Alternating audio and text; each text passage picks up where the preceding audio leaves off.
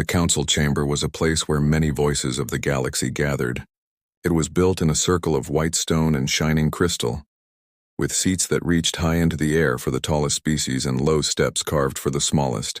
From the outside, it looked like the heart of power, a place where wisdom and unity ruled. But on that day, the air was heavy with laughter, the kind that did not come from joy but from pride and arrogance. At the center stood an old alien called Varric, an archivist from a race that remembered more than most. His voice carried slowly through the chamber, deep and heavy, as he warned them about a small world at the edge of the spiral arm. A world called Earth. He spoke of humans, of their strange history of endless wars and endless rebuilding. He spoke of their ability to rise after every disaster, to fight even when the odds were hopeless. He told the council that humanity was different, that they were dangerous not because of their weapons but because of their nature. "They will not stop," Varric said, his eyes pale and sharp. "Every fall makes them stronger. Every wound makes them more dangerous. They should not be ignored." But the words did not echo as warnings. They were swallowed by the laughter of empires that believed themselves too old and too wise to be challenged. The Sothari, a proud reptilian race, hissed with amusement, their long tails tapping the stone floor. "They fight each other with sticks and fire," one said. "How can such children ever rise against us?" The Vaylin, with their silver wings spread wide, spoke with voices like chimes. "If they burn their own world, they will save us the trouble of lifting a claw." The chamber shook with their amusement, every comment turning Varric's words into a spectacle. There were a few who did not laugh. A quiet envoy from a merchant race sat still, his many eyes blinking as he studied the old archivist. A scholar from the far rim shifted nervously, sensing truth in Varric's words, but they were drowned out.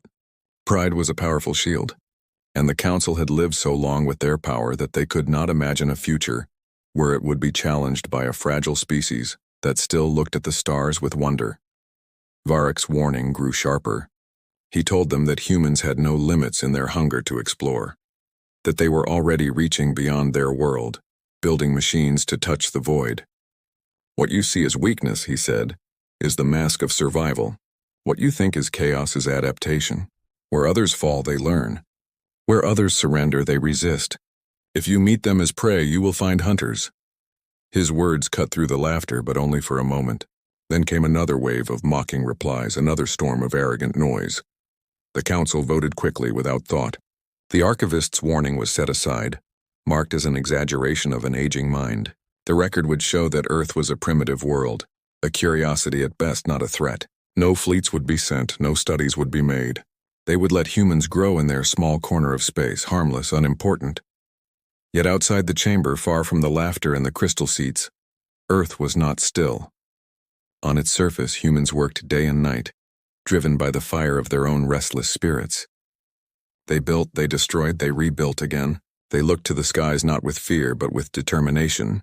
Each mistake was turned into invention, each loss into resolve. What seemed like weakness was a strength the council could not see, because they measured power only in size, age, and fleets. As the council chamber emptied, Varric remained standing in the center, his old eyes staring at the empty seats. He whispered to himself words that no one cared to hear. "The children you mock will one day stand at your door, and when they do, your laughter will end." And somewhere under the blue skies of Earth, a rocket cut through the air with a roar. It was not graceful. It was not advanced. It was imperfect, heavy, trembling against gravity's pull, but it rose and it kept rising, carrying human hope with it. The world was watching, and so was the universe, though the council refused to admit it. In that moment, the seed of fear that Varric had tried to plant had already begun to grow in silence. Humanity was stepping into the void, and with every step they carried the promise that the warning would prove true. The council had laughed too soon, and their laughter would not last forever. The chamber lights dimmed, the records closed, and the voices of the powerful echoed with amusement. But the universe was already shifting, and no one in that hall realized how quickly the balance of power could change. The archivist had spoken, but no one listened. The warning was given, but it was cast aside, and history would remember that day not for the laughter, but for the silence that followed years later, when the council finally understood what they had ignored. The humans were moving, and the galaxy had chosen not to see it. The first meeting between humanity and the greater galaxy was not planned with respect or patience. It came quietly in the shadows of Earth's orbit, when a small alien fleet was sent only to watch. They were explorers of a minor empire, tasked to confirm what the Council already believed, that humans were too primitive to matter. Their ships hovered above the blue planet, hidden by cloaking fields recording the movements of rockets and satellites. At first, what they saw confirmed their pride. The humans seemed clumsy, their machines heavy and slow, their communication lines full of noise. Yet the more they watched, the less secure they felt. The aliens noted something unsettling. For every failure, the humans tried again. When a shuttle burned on re-entry, another was built before the smoke had cleared. When a satellite failed, 2 more were launched. Where most young species took centuries to crawl from their mistakes, humans ran through them with terrifying speed. One commander of the fleet whispered to another that it was unnatural, this hunger, this refusal to stop. But the reports they sent to their empire still called humans a fragile race, unworthy of fear. It was a single careless action that turned the quiet watch into chaos. An impatient officer, tired of endless observation, pushed his ship too close. Sensors on Earth caught the signal, and though primitive, the humans were not blind. Their radars screamed warnings, and suddenly the skies over Earth lit up with alarms. The humans did not know what they had found, but they believed it was a threat, and they reacted in the only way they knew. Jets scrambled into the air, missiles were armed, and soldiers stared upward with defiance in their eyes. The aliens should have remained hidden. Instead, one of their ships panicked and fired to disable the human radar. It was meant to be a warning shot, but it was not received as one. A human base was destroyed and lives were lost. On Earth, grief turned quickly into fury. The world that had been divided by nations suddenly found unity in the face of an unknown attacker. Where once they fought each other, now their anger pointed to the stars. The skirmish that followed was small by galactic standards, but it was unforgettable. Human jets tore into the sky against machines far beyond their level. And though they were outmatched, they did not flee. They attacked with reckless courage, forcing the alien fleet to retreat. The aliens destroyed more machines, more bases, but for each loss, humans struck harder. In the end, the fleet withdrew, shaken and confused. They had come to observe a weak species, yet they left with the memory of eyes filled with fire, eyes that did not know how to surrender. When news of the event reached the Council, the chamber filled once more with voices of amusement. They laughed at the tiny resistance, at the hopeless courage of humans who dared to fight ships they could never match. To them, it was the bravery of insects, pointless and foolish. Yet hidden in the reports were details that should have silenced the laughter.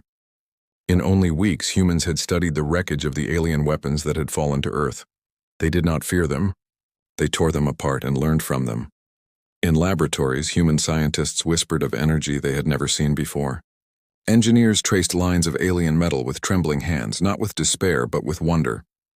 Every bolt, every wire, every fragment of machinery was a gift, a key to doors that should have remained closed. Where most species took centuries to bridge the gap between their world and the stars, humans leapt forward in years. The aliens who had fled spoke of it with fear, but the Council ignored them again. On Earth, however, things had changed forever. No longer was the sky only for dreamers. It was now a battlefield, a place where humanity had been struck but not destroyed. The people no longer looked upward with curiosity alone. They looked upward with resolve. They knew the galaxy was not empty, that it held others who saw them as weak. And for humans, nothing stirred their strength more than being underestimated. The alien fleet that had retreated believed they had escaped without consequence, but whispers spread among their own kind. Some began to fear that they had awakened something they did not understand. They had seen the humans adapt in hours to what should have crushed them. They had seen them fight without logic, without restraint, as if every battle was their last. That kind of fire was rare, and it was not easily extinguished. The Council still laughed. The empires still dismissed Earth as a nuisance, a child throwing stones at giants. Yet in the quiet places of the galaxy, in the shadows of those who watched closely, fear began to grow. The archivist's words were remembered by a few, and they no longer sounded like the mutterings of an old mind. On Earth, rockets rose faster now. Laboratories glowed late into the night. Where there had once been hesitation, there was now purpose. Humanity had touched the edge of the unknown, and it had bled them, but instead of retreating, they had sharpened their claws. What began as a careless encounter had become a turning point. The galaxy had reached down with a hand of arrogance, and in return, humanity had bitten it. The first contact was not remembered as a peaceful meeting or a hopeful exchange. It was remembered as the day the galaxy showed its teeth, and humanity learned to grow their own. The galaxy had always moved at its own rhythm, empires rising and falling in slow cycles that stretched across centuries. The Council believed this rhythm could never be broken, that time itself bent to their wisdom and control. But Earth did not move at the galaxy's pace. Humanity sprinted where others walked, and soon, what began as scattered experiments in hidden laboratories became the foundation of something far greater. The scraps of alien technology left behind during that first encounter became the spark of a revolution. Where other species hesitated to touch the unknown, humans dissected it with restless hands. They pulled apart engines, rewired circuits, tested unstable metals, and though many experiments ended in smoke and fire, each failure was another step forward. Within a single generation, Earth leapt centuries ahead, their skies filled with vessels that no longer stumbled through orbit, but pierced into the void with confidence. Their scientists spoke in whispers of faster engines, of weapons built from principles that once belonged only to ancient empires. What should have taken millennia of careful growth took decades. Humanity was not patient, and it was this impatience that unsettled those few aliens who still paid attention. The Council laughed at their toys and mocked their crude designs. But reports from the frontier began to tell another story. Merchant vessels spoke of human explorers who appeared on distant trade routes, with ships that should not have existed. Their hulls were patchwork, their engines loud and unstable. But they moved with a speed and sharpness that unsettled those who saw them. Pirates who tried to ambush these strange newcomers did not return to tell their tales, and soon rumors spread like wildfire. The humans did not simply defend themselves. They studied every fight, every ambush, and then returned stronger, faster, more dangerous.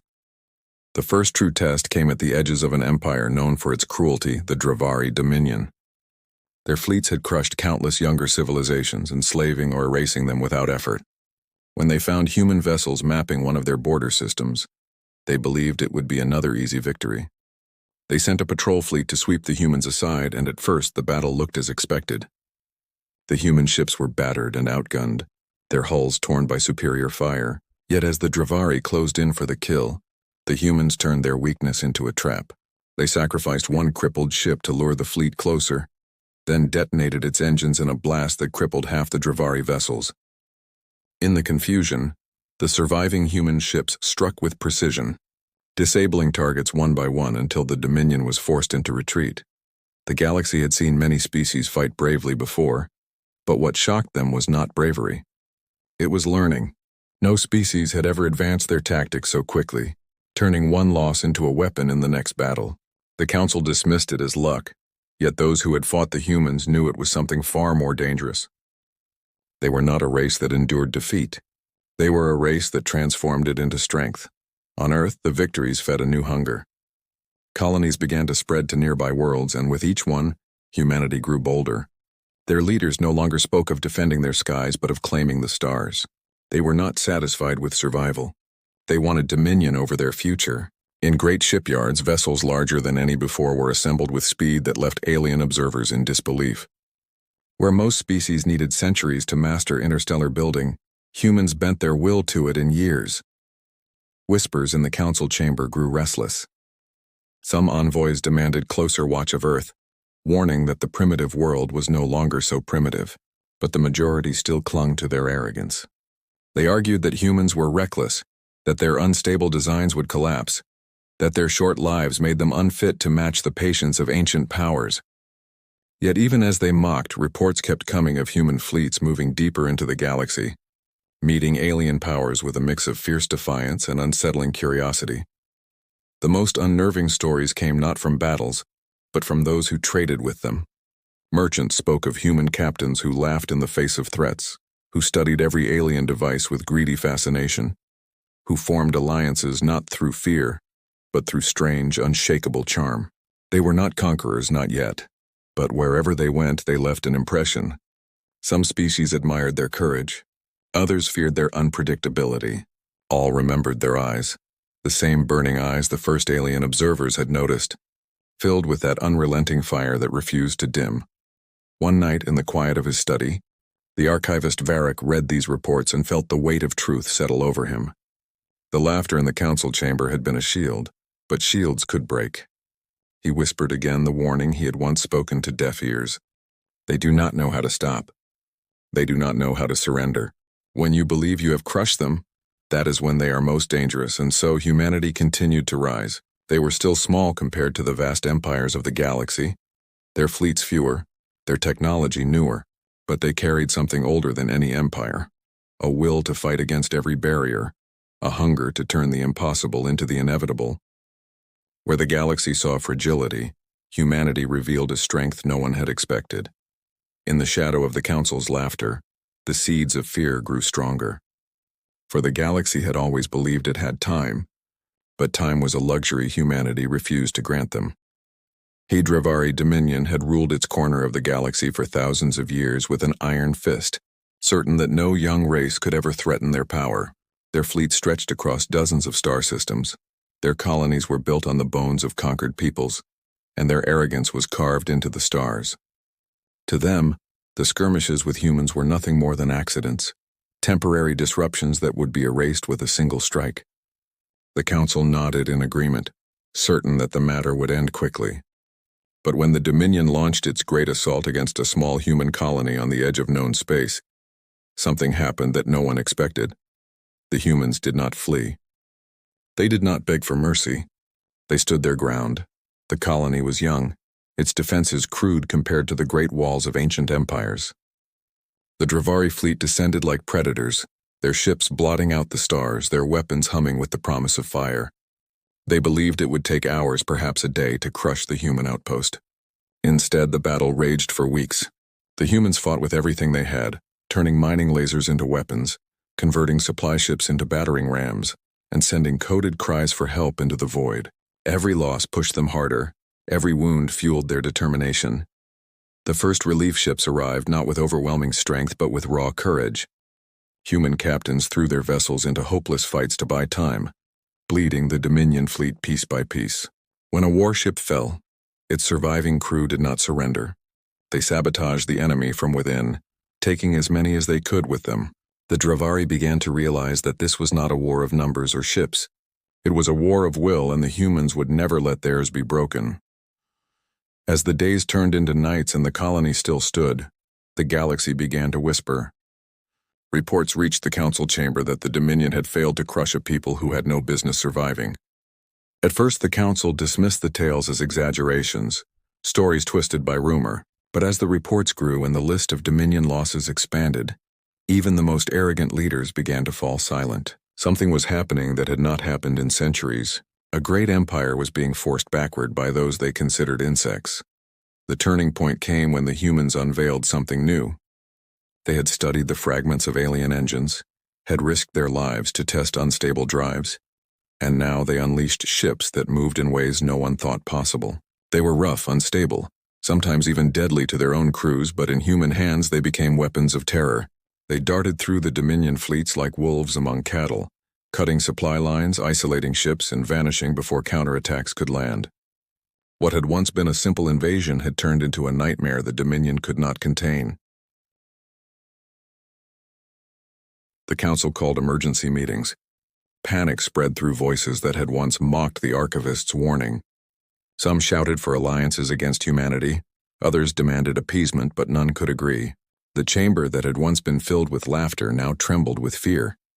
For the first time in living memory, the old empires faced something they could not predict, something they could not control. Humanity was rewriting the laws of galactic war. On Earth, news of the colony's survival spread like fire. Across every city, people looked up at the stars with new eyes. They no longer wondered if they belonged among the stars. They knew it. Their leaders spoke not of defense but of expansion, of justice, of survival turned into dominance. Shipyards worked day and night. Factories poured out weapons faster than ever, and volunteers lined up in endless numbers. Where other empires struggled to inspire their people, humanity needed no persuasion. Every man, woman, and child carried the memory of that first attack, and they burned with the same fire. Never again. The Dominion reeled from its losses, forced into a retreat that shattered its reputation. Other species, long enslaved, began to whisper of rebellion. If humans could resist, why not them? The galaxy trembled not only at humanity's rise, but at the example it set. In the shadow of human victories, old chains began to rust. The archivist watched as history bent before his eyes. He had warned them, and they had not listened. Now it was too late to laugh, too late to dismiss. He saw what others could not admit, that this was not just a turning point for the humans. It was a turning point for the galaxy itself. Every empire that had believed itself untouchable now faced the truth that a single determined species could shake the foundations of their power. The council chamber fell into silence after one final report. It described a human fleet, small but fierce, forcing the Dominion into a full retreat from the colony. The laughter was gone, the arrogance drained. What remained was the realization that the balance of power had shifted forever. The galaxy had always believed it could control the rhythm of time. But humanity had broken that rhythm, had forced the galaxy to march to their pace, and their pace was relentless. The council chamber no longer rang with laughter. Where once the air had been filled with arrogance, now it was heavy with silence, the silence of fear and realization. Reports poured in from every corner of the galaxy. Human fleets were moving faster than anyone thought possible, their colonies spreading like wildfire across systems once claimed by older empires. Every battle the humans fought seemed to sharpen them further. Every wound turned into a lesson. The galaxy had believed there was still time to stop them, but the time had already passed. Humanity was no longer a question of potential. Humanity was power.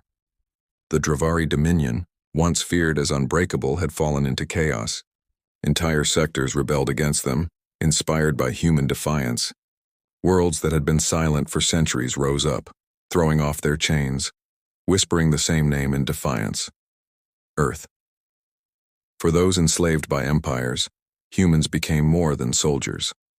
They became a symbol that even the smallest could rise against giants. That truth spread faster than any fleet, a fire that burned through the ancient order. The Dominion was only the first to bleed, but it would not be the last. The Council, desperate to regain control, tried to form alliances. Old rivals who had spent centuries in mistrust gathered at long tables, speaking in urgent tones about containment, about the need to restrain the humans before it was too late. But even as they spoke, they knew it was already beyond them. Humanity had no patience for slow politics. While the Council argued, humans acted. While others hesitated, humans struck. Their fleets appeared on trade routes. Their colonies settled on contested worlds. Their ambassadors walked into chambers with the eyes of predators who offered peace only when it suited them. It was not cruelty that unsettled the galaxy most. Humanity did not destroy without purpose. They did not slaughter for amusement. Instead, they carried a strange mix of mercy and threat. When they conquered, they rebuilt. When they met resistance, they crushed it with fury. When they offered peace, it was genuine. But every leader knew what lay beneath. To refuse them was to invite war, and war with humanity was something no empire could survive. Their strength did not come from their weapons alone, but from their refusal to stop. For every fleet destroyed, 2 more seemed to rise. For every world lost, 3 more were claimed. The cycle was endless, and the galaxy could not keep up. In the shadows, the archivist Varric watched the change unfold. He was old, older than many of the stars that now bore human banners, and his heart carried both fear and awe. He had warned them once, and they had laughed. Now the laughter was gone, and his words lived in the memories of those who survived. He had said humanity would never stop, and now every world bore witness to that truth. Varric saw in humans something the galaxy had forgotten: that survival was not a skill but a hunger, a fire that burned brighter with every trial. One by one, the old empires began to bend. Treaties were signed under the shadow of human fleets, alliances forged not from friendship but from necessity. The galaxy began to orbit around humanity, as if the stars themselves had shifted to their rhythm. The irony was bitter for the Council. They had dismissed Earth as fragile, a world of children fighting with sticks. Now those children commanded fleets that could silence entire empires. The Council that once believed itself eternal was now reduced to whispers, its authority shattered.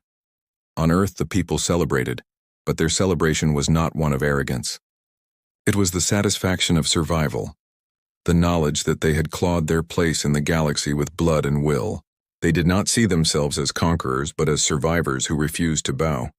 Yet to the galaxy they were something far more terrifying. They were proof that no power was permanent, that no throne was safe, that no empire was beyond the reach of a determined species.